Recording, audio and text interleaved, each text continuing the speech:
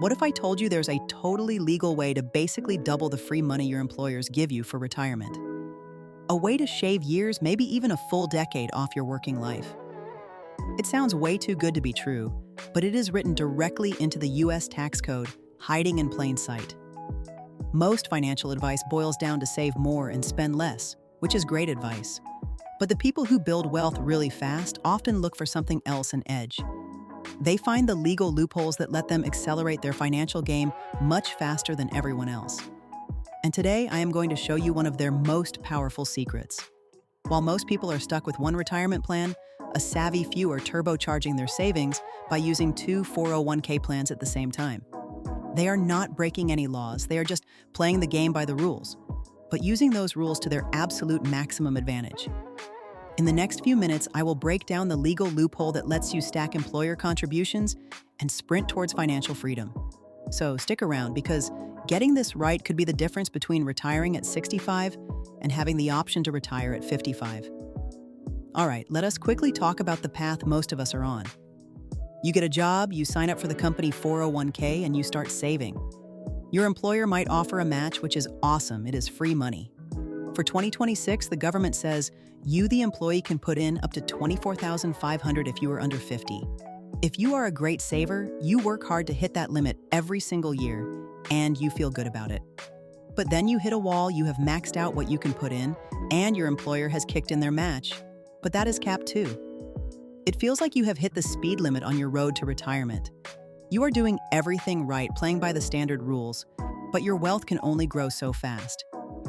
This is the conventional path. It is a good path, but it is not the fastest one.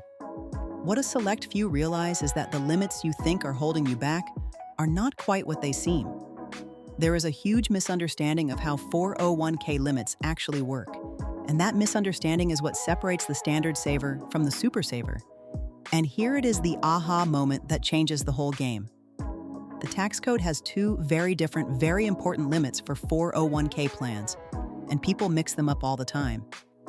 First, there is the employee contribution limit. This is the one, the $24,500 for 2026. The critical thing to understand is that this limit is per person, meaning you as an individual can only contribute that total across all the 401k plans you have. Got two 401k plans? You cannot put $24,500 in each. Your personal limit is your personal limit. But then there is the second limit, and this is where the opportunity lies: the overall contribution limit. For 2026, this limit is a massive $72,000, and this number is the absolute total that can go into a 401k in 1 year, combining your contribution, the employer match, and profit sharing. Here is the loophole: the $72,000 overall limit is per unrelated plan. Let me say that again. While your personal contribution limit follows you around, the much bigger overall limit is tied to the plan. If you work for two separate unrelated companies, you have two separate plans, and each of those plans gets its own $72,000 total limit. This means you can legally get employer contributions, the match, and profit sharing from both companies, each inside its own separate plan limit. You can literally stack the free money from multiple employers. This is the two 401k trick in a nutshell. So how do you actually do this? It is probably more straightforward than you think. This strategy works for anyone who has two or more W-2 jobs with unrelated employers, where both offer a 401k plan. Let us walk through it. Step 1. Know your personal limit. First, tattoo this on your brain. Your personal contribution limit of $24,500 for under 50s in 2026 is your total for the year. You are responsible for making sure the combined deductions from your paychecks at both jobs do not go over this number. Go over and the IRS will hit you with penalties. You have to coordinate this yourself.